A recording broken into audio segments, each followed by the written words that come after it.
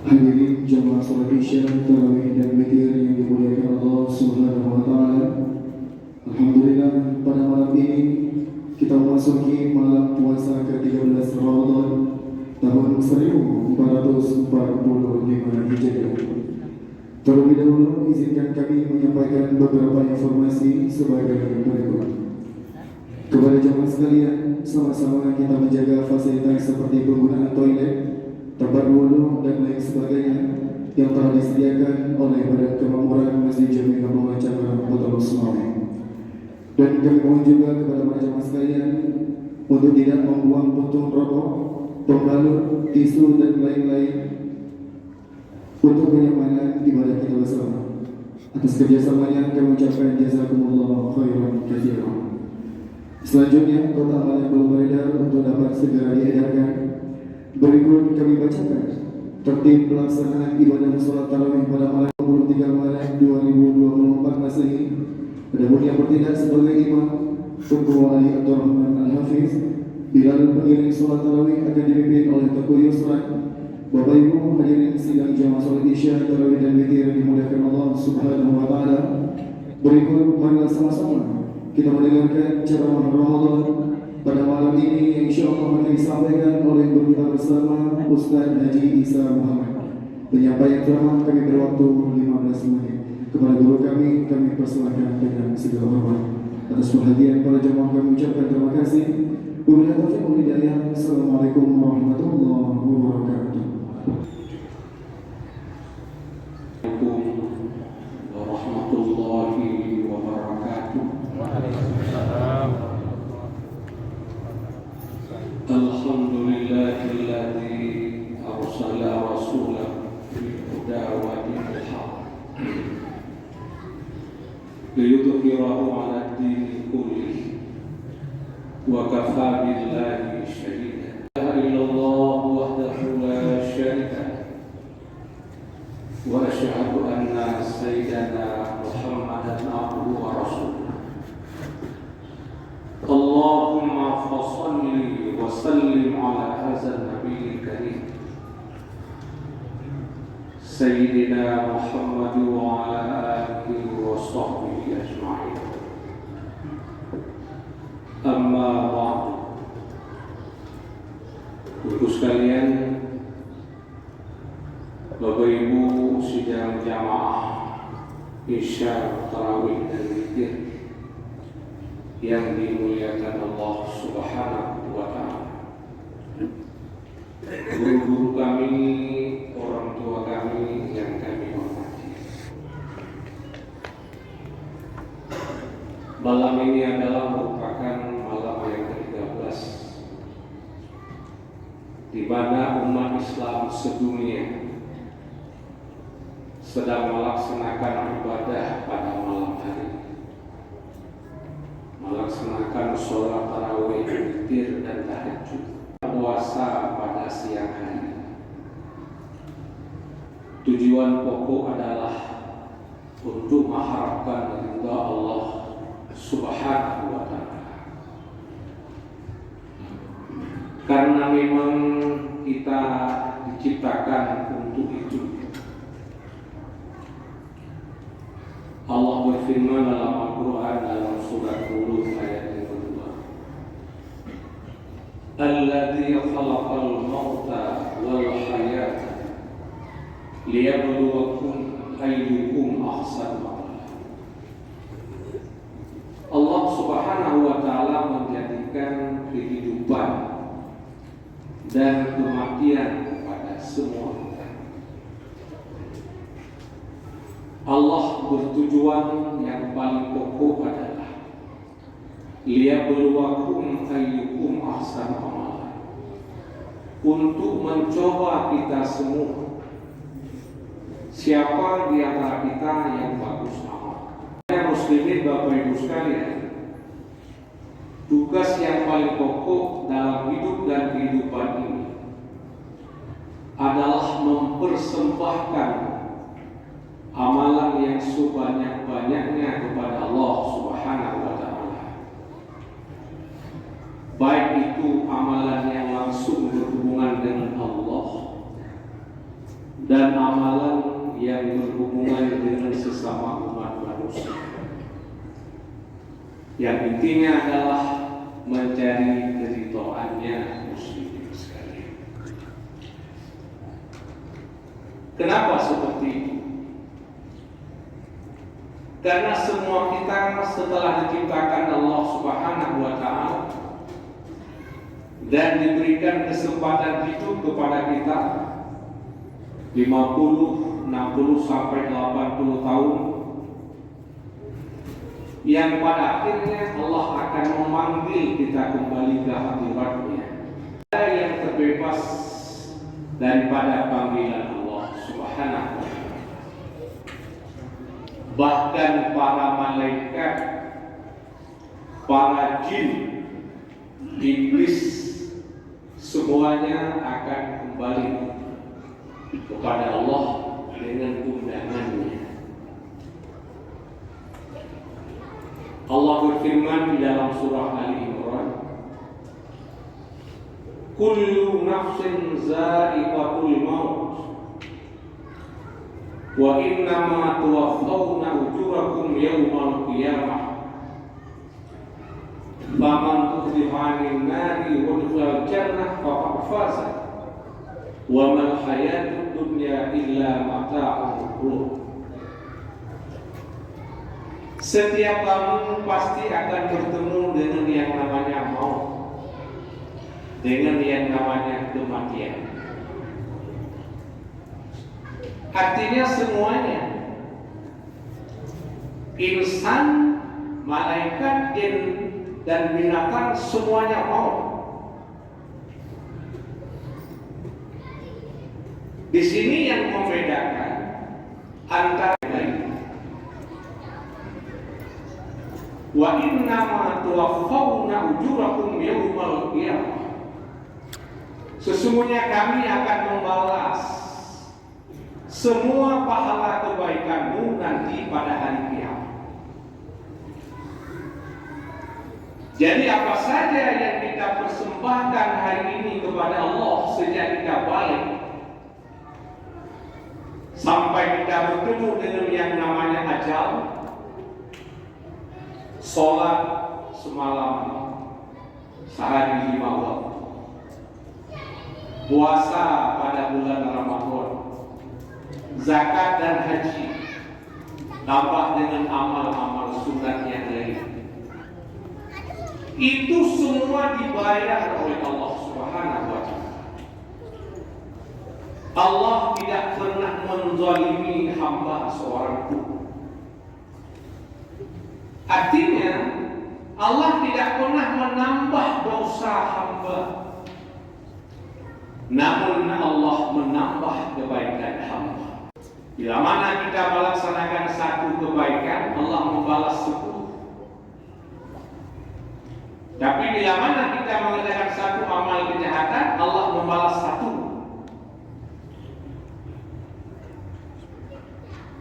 Apalagi amal yang kita persembahkan pada bulan ini. Man taqarraba fihi bi khaslatin minal khairi kaman adda faridatan fi masiwah, kata Nabi.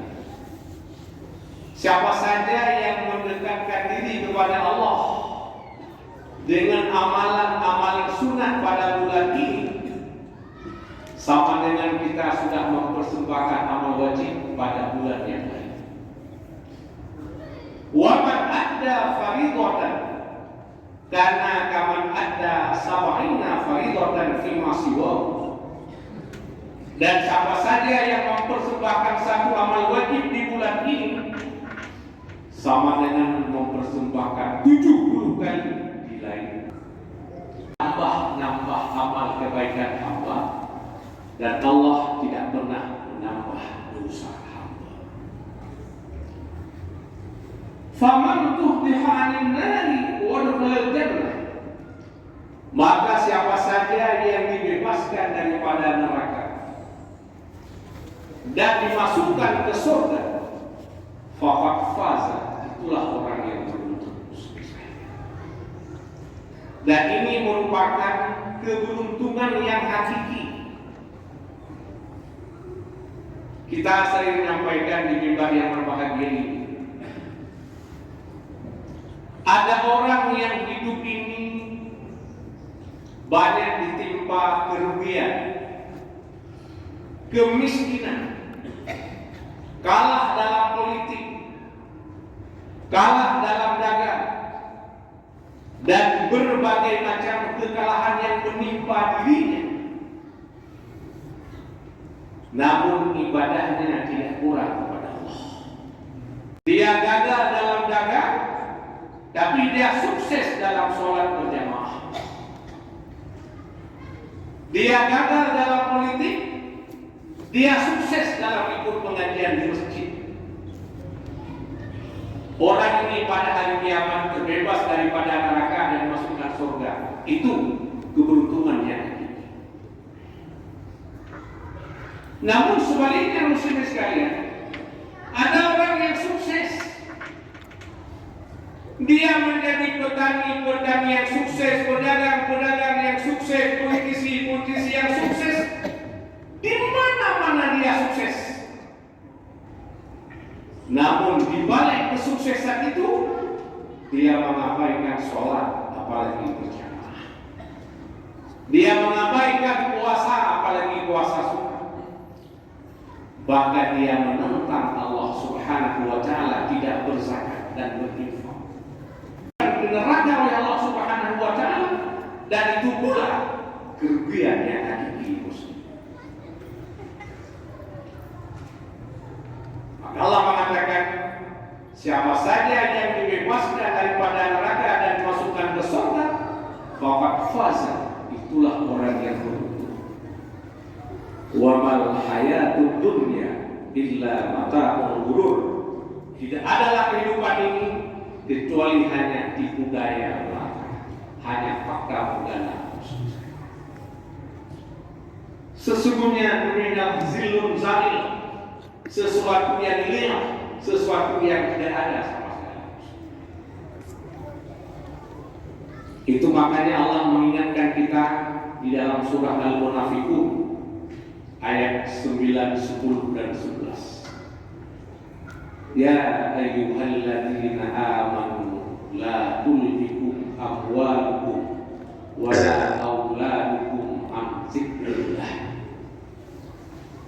Wahai kalian orang-orang yang beriman, janganlah kalian hancurkan hidup ini dengan harta dan anak.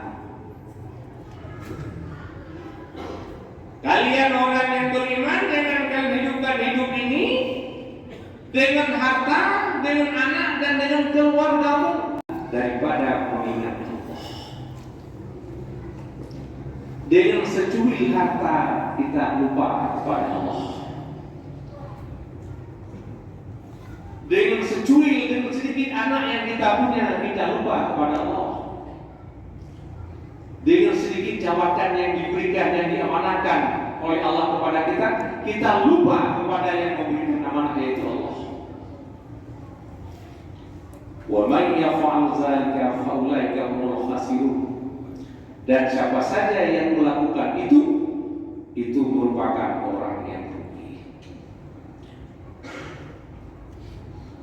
Makanya Allah melanjutkan, wa anfiqu mimma razaqnakum min qabli an ya'tiya ahadakumul maut fa yaqula laula akhartani ila ajalin qarib fasaddaqa wa kum minas shalihin. Berinfaklah saudara-saudaraku sebelum bahwa datang kepadamu maut, sebelum tiba kematian. Berinfak. Fayaqula, maka berkata orang-orang mati. Apa ucapan orang mati? Laula akhartani ila ajalin qarib. Andai kata Allah menunda kematianku sebentar lagi. Jadi orang-orang sudah mati, termasuk kita nanti yang muslimin, minta kepada Allah ditunda kematian sebentar. Untuk apa? diridai Allah.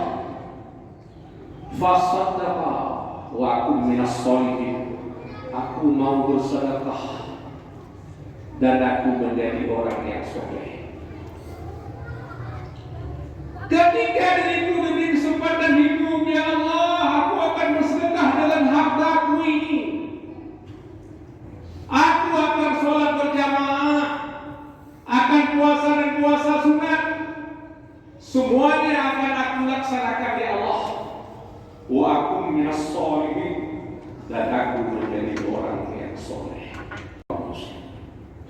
Apa jawaban Allah kepada orang yang menyesal? وَلَنْ يُؤَخِّرَ اللَّهُ نَفْسًا إِذَا جَاءَ أَجَلُهَا وَاللَّهُ خَبِيرٌ بِمَا تَعْمَلُونَ. Allah tidak menunda-nunda kematian. Apabila sudah tiba ajalnya, dan Allah sangat teliti dengan apa yang sudah kita persembahkan kepada Allah. Iza jaa ajaluhum la yastakhiruna sa'atan wa la yastaqdimun.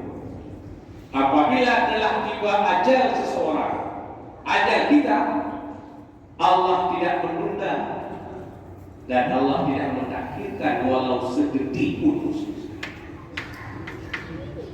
Oleh karena sebelum malaikat maut datang kepada kita, sebelum ajal tiba kepada kita, mari sama-sama kita mempersiapkan diri.